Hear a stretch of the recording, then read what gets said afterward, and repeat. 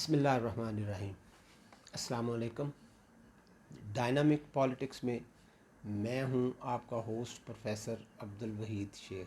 مسلم political philosophy کے سلسلے میں آج ہمارا ٹاپک ہے Iqbal, political philosophy, concept of خودی۔ اقبال کا سیاسی فلسفہ، تصور خودی۔ اقبال 20th سینچری کی ایک بہت ہی عظیم شخصیت، ایک بہت اعلیٰ پائے کے مفکر،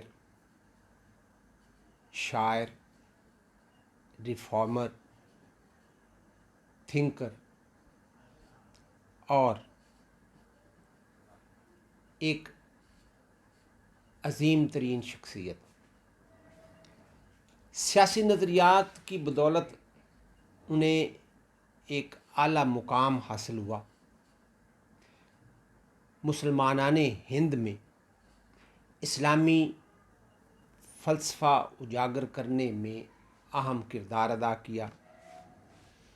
اسلامیان ہند میں جذبہ آزادی اور مسلم اسٹیٹ کا کنسیپٹ جو ہے وہ پیش کیا۔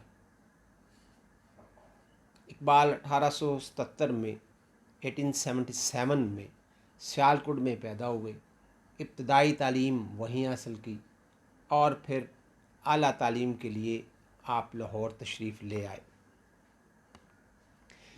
لاہور سے تعلیم حاصل کی اور یہاں سے فارغ التحصیل ہو کر آپ انگلینڈ تشریف لے گئے، وہاں قانون کی اعلیٰ تعلیم حاصل کی، اکنامکس، فلاسفی کی تعلیم حاصل کی، جرمنی سے PhD کی ڈگری حاصل کی، اور اس عرصہ میں جب آپ یورپ میں رہائش پذیر تھے تو تب آپ نے مغربی آب و ہوا اور تہذیب و تمدن کا بالکل اثر نہیں لیا۔ اپنے قیام کے دوران جہاں تعلیمی مارکے سر کیے، وہاں آپ نے دیگر علوم میں دسترس بھی حاصل کی، اور مزے کی بات یہ ہے کہ اقبال نے یورپ میں رہتے ہوئے اسلامی تصوف، اسلامی تصور جمہوریت اور اسلام اور نسل انسانی جیسے مضامین کا مطالعہ کیا، اور اسلامی تہذیب کے جو یورپ پر اثرات تھے ان جیسے نازک موضوعات پر بھی طب آزمائی کی۔ اعلیٰ تعلیم سے فارغ ہو کر جب آپ یورپ سے واپس ہندوستان تشریف لائے تو اس وقت مسلمانوں کی حالت بہت ہی ناگفتہ بے تھی، پرشوب دور تھا اور مسلمان بہت قسم پرسی کی زندگی گزار رہے تھے۔ اقبال نے مسلمانوں کی یہ حالت دیکھی تو بہت رنجیدہ تھے، اور انہوں نے مسلمانوں کی بہتری، بھلائی اور فلاح و بہبود کے لیے عملی سیاست میں حصہ لینے کا ارادہ ظاہر کیا۔ 1926 میں وہ پنجاب اسمبلی کے ممبر منتخب ہوئے۔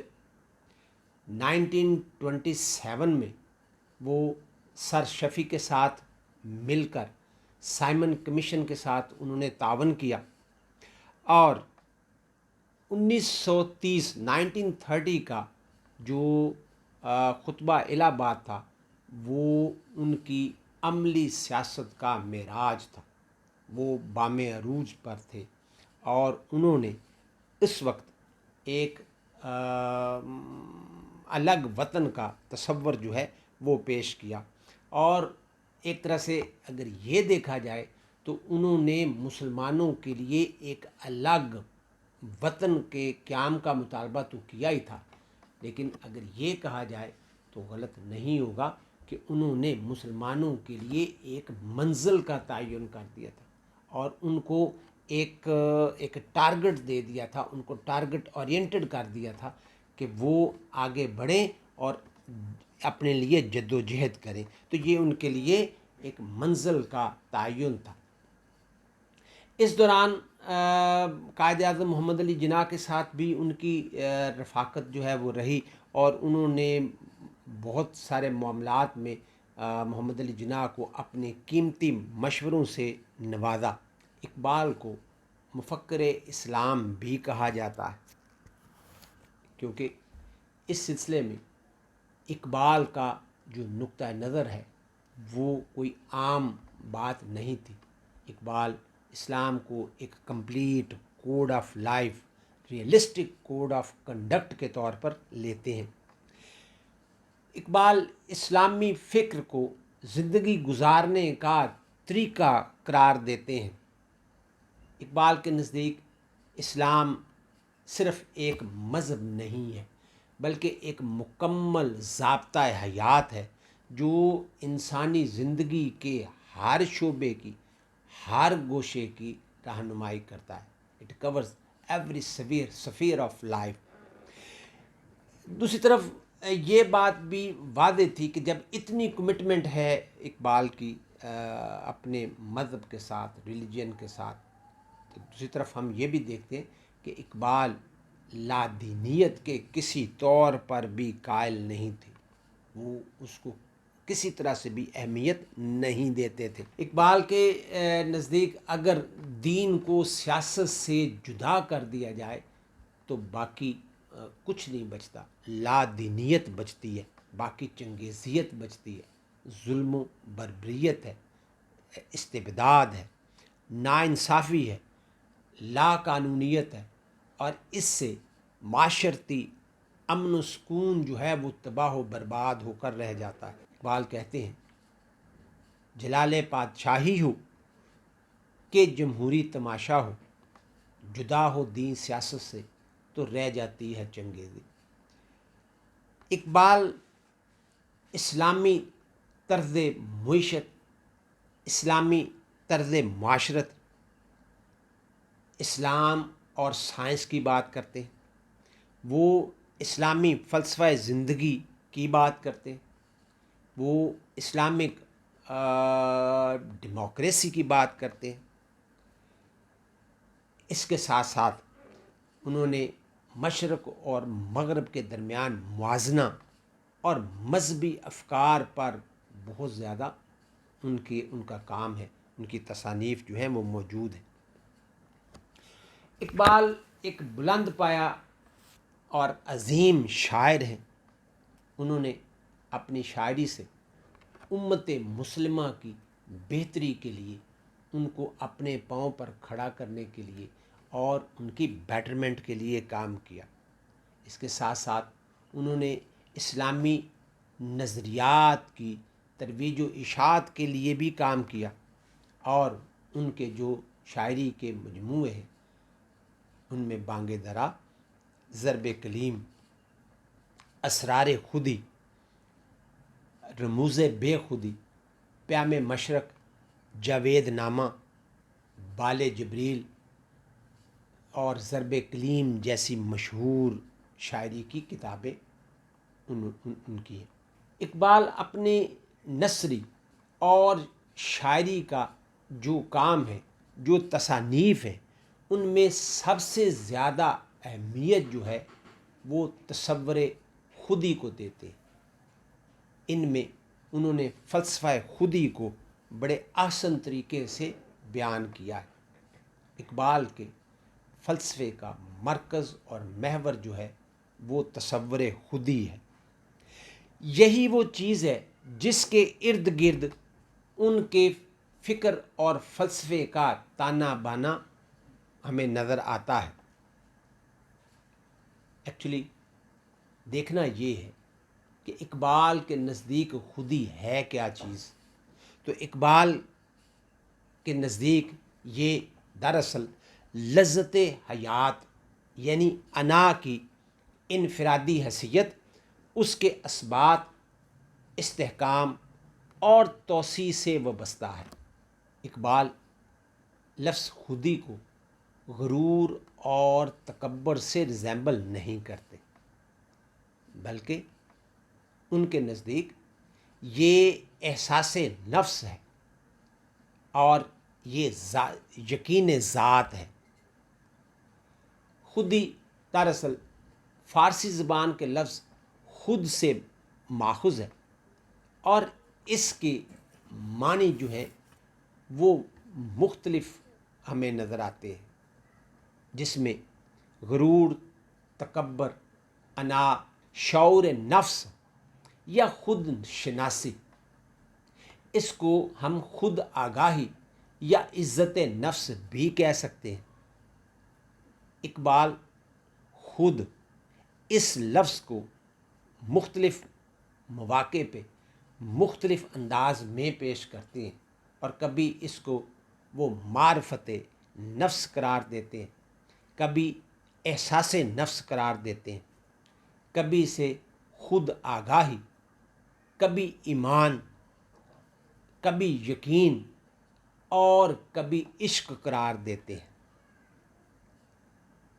لیکن ایک بات طے ہے کہ اقبال کے اس تصور خودی سے مسلمانوں میں احساس ذات ضرور اجاگر ہوا۔ یہ لفظ جو ہے یہ صرف لفظ نہیں ہے، یہ اس لفظ سے تخلیق ذات کا مقصد بیان ہوتا ہے، ایک تڑپ پیدا ہوتی ہے اور زندگی میں ایک انقلاب آتا ہے۔ اقبال کے نزدیک خودی سے مراد اپنے نفس و ذات کا مکمل شعور ہے، یا دوسرے الفاظ میں ہم یہ کہہ سکتے ہیں کہ اپنی ذات کے ہونے کا احساس ہے۔ دوسرے معنوں میں اس سے انا، غرور یا تکبر بھی لیا جا سکتا ہے، لیکن اقبال اس کے قائل نہیں تھے، وہ اس چیز کو ان معنوں میں نہیں لیتے تھے، بلکہ حدیث مبارکہ کی روشنی میں اس کی وضاحت یوں کی جا سکتی ہے کہ جس نے اپنے نفس کو پہچانا اس نے اپنے رب کو پہچان لیا۔ تو جب اس چیز کو ہم لیں گے تو پھر انا یا غرور یا تکبر کا تو شائبہ تک بھی نہیں ہو سکتا۔ یہ اپنی ذات کو پہچاننے کی بات ہے، اور جس نے اپنی ذات کو پہچانا اس نے اپنے رب کو پہچان لیا۔ تو اس سے مراد اقبال عام الفاظ میں یہ لیتے ہیں کہ یہ خود آگاہی ہے یا احساس نفس ہے، احساس ذات ہے، یا اس کو ہم عزت نفس کے طور پر بھی لے سکتے ہیں۔ گویا حدیث مبارکہ کی روشنی میں ہم یہ کہہ سکتے ہیں کہ گویا عرفان ذات جو ہے اس سے مراد یہ ہے کہ عرفان خداوندی ہے، یعنی عرفان ذات جو ہے وہ عرفان خداوندی کا ذریعہ قرار پاتا ہے۔ یہی اقبال کے فلسفہ خودی کا مرکزی نقطہ، مرکز اور محور ہے۔ اقبال کے تصور خودی کی جسٹس عبد الرحمن اس طرح سے وضاحت کرتے ہیں کہ اقبال جس خودی کا ذکر کرتے ہیں وہ انسانوں کی انفرادی انا کی بات نہیں ہے، بلکہ ذات باری تعالیٰ کی خودی کی بات ہے۔ اقبال کے نزدیک ذات مطلق کی ماہیت خودی ہے، اور خودی کی ماہیت عرفان نفس ہے اور عرفان رب بھی ہے۔ چنانچہ زور خودی سے حیات عالم وابستہ ہے اور ہر انفرادی نفس کی استواری اس کی زندگی کی ضامن ہے۔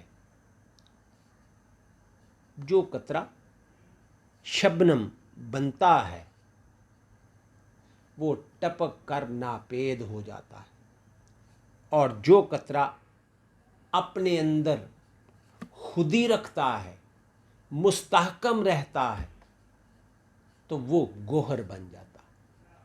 تو خودی کے بغیر وہ قطرہ شبنم جو ہے وہ ٹپکتا ہے اور ضائع ہو جاتا ہے، اور جب وہ اپنی حیثیت برقرار رکھتا ہے، مستحکم رہتا ہے، قائم رہتا ہے، خودی کو سمیٹ کر رکھتا ہے، تو پھر وہ گوہر نایاب بن جاتا ہے۔ ڈاکٹر سید عبداللہ اس بارے میں اقبال کی خودی کو اس طرح سے بیان کرتے ہیں کہ در حقیقت اقبال کا فلسفہ خودی جو ہے وہ ابتدا میں صوفیاء کرام کے خیالات سے ابھرا۔ بعد ازاں انہوں نے انہی لائنز پر مغرب کے جو خیالات تھے، جو ویسٹرن تھنکنگ جو تھی یا ویسٹرن تھاٹ جو تھی، اس سے بھی استفادہ حاصل کیا۔ ماہرین اقبالیات کے مطابق اقبال کے فلسفہ خودی کا ماخذ ہیگل، نیٹشے، بریکسا اور لائڈ مارتھر کی فلاسفی ہے۔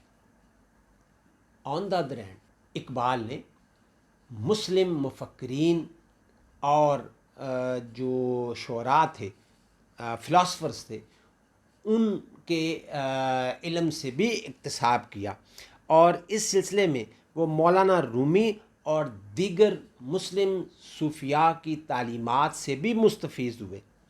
اقبال نے مشرق و مغرب کے ان فلاسفرز کے جو خیالات تھے ان سے استفادہ ضرور کیا، مگر یہ کہنے میں کوئی عار نہیں ہونا چاہیے کہ اقبال کا جو فلسفہ خودی ہے اس کا بنیادی ڈھانچہ جو ہے وہ ہمیں قرآنی تعلیمات پر استوار نظر آتا ہے۔ بعض ویسٹرن تھنکرز جو ہیں وہ اقبال کے ان خیالات کو جو فلسفہ خودی کے سے متعلق ہیں اس کو وہ نیٹشے کے جو ما فوق البشر فلاسفی ہے اس سے ماخذ قرار دیتے ہیں، مگر ایسا نہیں ہے۔ اقبال نے آشنائے ذات یا معرفت نفس کو معرفت خداوندی قرار دیا، جبکہ نیٹشے کا جو فلسفہ ہے اس میں ہم محض یہ دیکھتے ہیں کہ وہاں انسانی برتری نظر آتی ہے، اور وہ بھی ذاتی اذہان میں الجھاؤ نظر آتا ہے۔ دراصل اقبال کا جو فلسفہ خودی ہے وہ ایک طرف تو ہمیں قرآنی تعلیمات کے مطابق نظر آتا ہے، تو دوسری طرف ہم یہ بھی دیکھتے ہیں کہ وہ اسوہ نبی کی مکمل تشریح ہے۔ دراصل اقبال کا فلسفہ خودی جو ہے وہ ایک طرف تو ہمیں قرآنی تعلیمات کے مطابق نظر آتا ہے، تو دوسری طرف ہم یہ بھی دیکھتے ہیں کہ اس میں اسوہ نبی صلی اللہ علیہ وآلہ وسلم کی مکمل تشریح جو ہے وہ نظر آتی ہے۔ اقبال کے خیال میں خودی ہے کیا چیز؟ اقبال یہ کہتا ہے کہ خودی وہ ہے جس کا ادراک ہو جائے اور جس کی مدد سے انسان فلاح پا جائے، یعنی جس نے اقبال کہتے ہیں کہ جس نے اپنی خودی کا تزکیہ کر لیا وہ انسان کامیاب ہو گیا۔ توازن کن فکاں سے اپنی آنکھوں پر عیاں ہو جا، خودی کا رازداں ہو جا، خدا کا ترجماں ہو جا۔ اقبال خود اللہ تعالیٰ کی معرفت اپنی ذات کو پہچاننے میں، اقبال کے نزدیک معرفت خداوندی اپنی ذات کو پہچاننے میں، اور جو اپنی ذات کو نہیں پہچانتا اس کو معرفت الہی بھی حاصل نہیں ہو سکتی۔ اقبال کے نزدیک خودی جو ہے وہ لا الہ الا اللہ کی پہچان ہے اور معرفت کا ذریعہ ہے۔ اور اس سلسلے میں اقبال یہ کہتے ہیں کہ خودی کا سر نہاں لا الہ الا اللہ، خودی ہے تیغ فساں لا الہ الا اللہ۔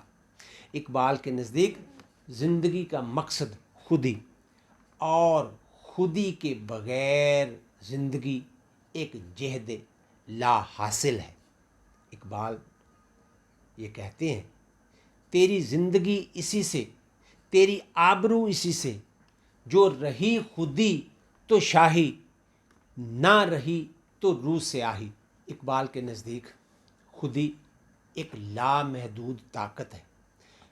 جب خودی عشق و محبت سے بہرہور ہوتی ہے، فقر و استغنا سے مستحکم ہوتی ہے، تو کائنات کی تمام قوتیں انسان کے سامنے سرنگوں ہو جاتی ہیں۔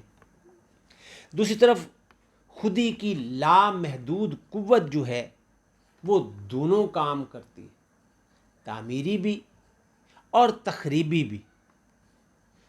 خودی سے تعمیری کام لینے کے لیے ضروری ہے کہ اس کی توسیع کے ساتھ ساتھ اس کی ترتیب بھی ضروری ہے، کیونکہ بے ترتیب خودی جو ہے وہ مثل شیطان ہے۔ اقبال کے نزدیک اگر خودی بے ترتیب ہو تو وہ کوئٹے کی طرح بدی قرار پاتی ہے، کوئٹے کی طرح بدی کی قوت قرار پاتی ہے، اور اگر تعمیری ہو تو پھر نٹشے کی طرح فوق البشر قرار پاتی ہے۔ اقبال انسان کا نقطہ آغاز خودی کا شعور ہے، خودی خود آگاہی ہے، معرفت نفس ہے، معرفت ذات ہے، اور منزل مقصود کے حصول کے لیے، یعنی پہلے تعین کے لیے اور پھر اس کے حصول کے لیے یہ ضروری ہے کہ اسے روز بروز مستحکم اور مضبوط کرے، منزل کے تعین کے لیے جہد مسلسل اور سعی لامحدود کرے، تو خودی کی تڑپ جو ہے پھر وہ آگ کے الاؤ کی طرح روشن ہوگی اور منزل جو ہے پھر آسان ہو جائے گی۔ اقبال یہ کہتے ہیں کہ قناعت نہ کر عالم رنگ و بو پر، چمن اور بھی ہیں آشیاں اور بھی ہیں، تو شاہی ہے پرواز ہے کام تیرا، تیرے سامنے آسماں اور بھی ہیں۔ اسی شب و روز میں الجھ کر نہ رہ جا کہ تیرے سامنے زمان و مکان، کہ تیرے زمان و مکان اور بھی ہیں۔ اقبال خودی کو سمجھنے کے لیے 3 مراحل، سٹیجز کا تذکرہ کرتے ہیں۔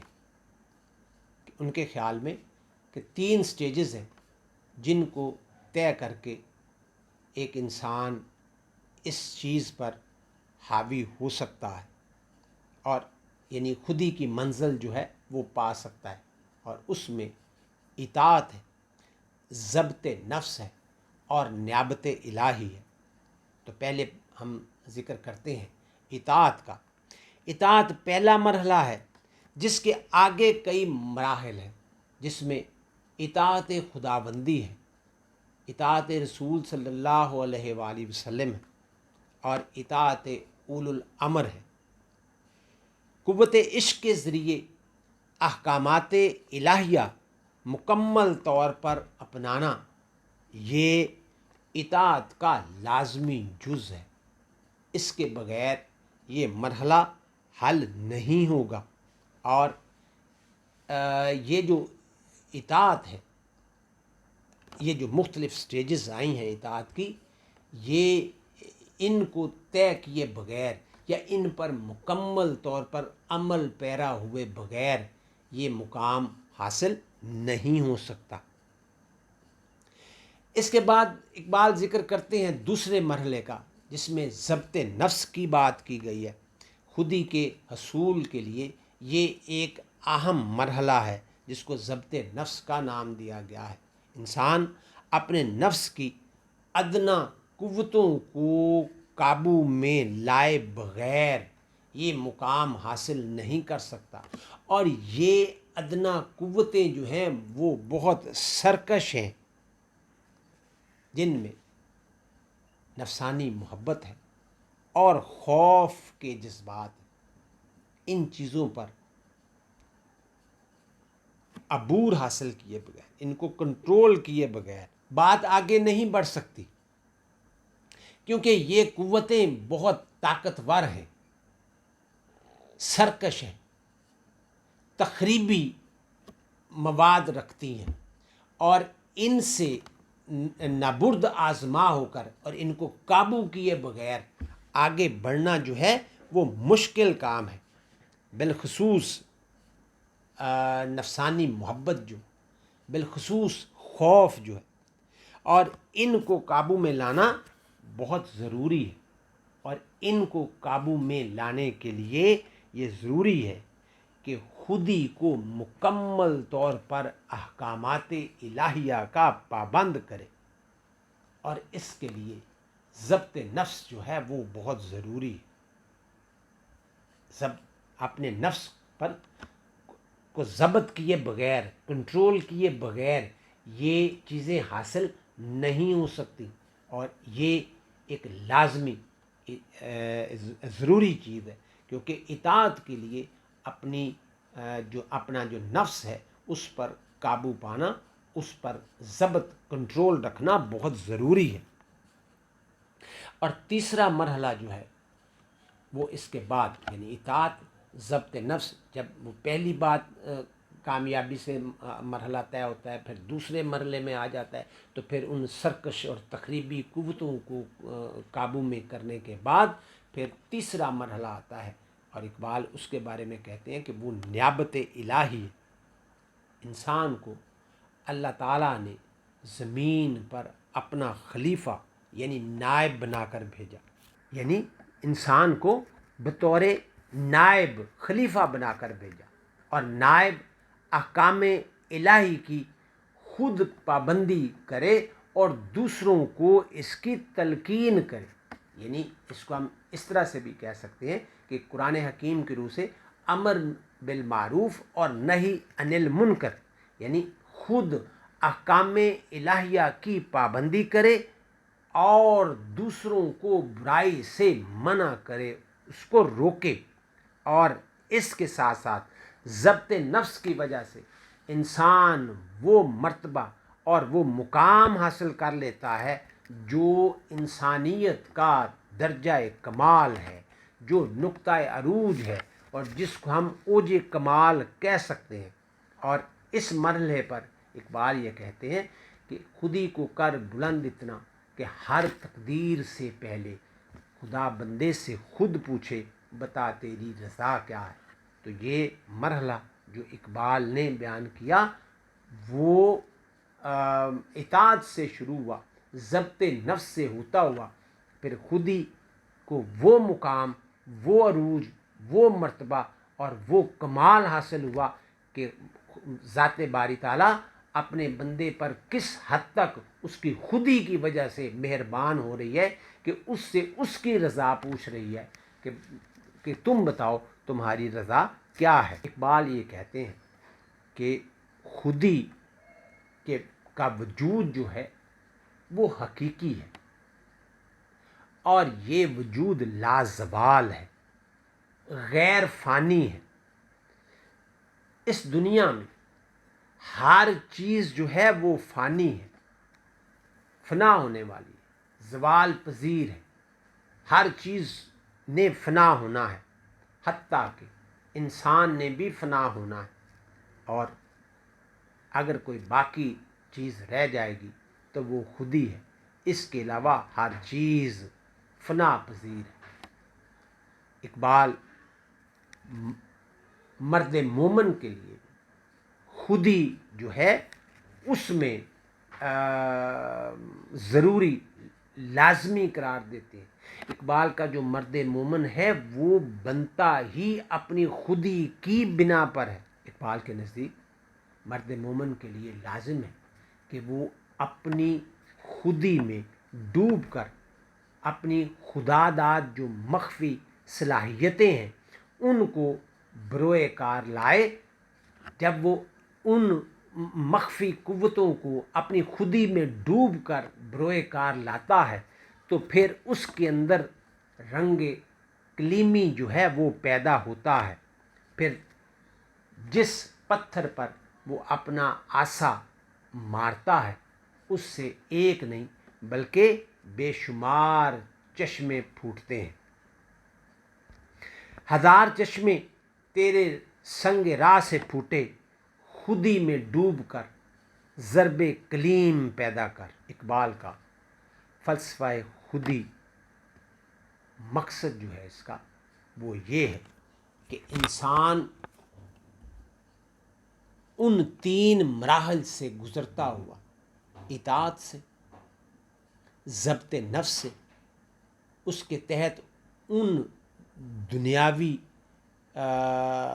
جو قوتیں ہیں، تخریبی قوتیں ہیں، سرکش قوتیں ہیں، ان کو کنٹرول کرتے ہوئے اس مقام پر پہنچے کہ وہ نیابت الہیہ کا حقدار ٹھہرے. اور اقبال کے نزدیک فلسفہ خودی کا مقصد بھی یہ ہے کہ انسان اپنی خودی میں ڈوب کر اپنی مخفی صلاحیتوں کو اجاگر کرے، ان میں توسیع و ترتیب لائے، اطاعت الہیہ کا پابند ہو، اطاعت رسول میں وہ اس مقام پر پہنچے. اطاعت رسول صلی اللہ علیہ وآلہ وسلم میں وہ کامل اتباع کرے. اور یہ اطاعت الہی اور اطاعت رسول صلی اللہ علیہ وآلہ وسلم تب ممکن ہے جب وہ کامل اتباع میں ہو. کامل اتباع سے ہی یہ منزل حاصل ہو سکتی. انسان کی زندگی میں بہت ساری مشکلات آتی ہیں، آفات آتی ہیں، اور ان پر قابو پانے کے لیے معرفت نفس جو ہے وہ ضروری ہے. اس کے لیے خود آگاہی لازم ہے، اور یہی معرفت ذات جو ہے وہ معرفت الہیہ یا معرفت خداوندی کا ذریعہ ہے. اور اس قوت اور اس صلاحیت کا حامل شخص جو اب منبع خودی ہے وہ ان مشکلات کا سامنا کرنے کا اہل ہوتا ہے اور مقابلہ کرنے کی پوزیشن میں ہوتا ہے، کیونکہ وہ معرفت ذات سے لبریز ہے، بھرا ہوا ہے، ایک بلند مقام پر فائق ہے جو معرفت خداوندی سے حاصل ہوتا ہے. یہ ہے آج کا لیکچر. اپنا اور دوسروں کا خیال رکھیے گا. اللہ حافظ.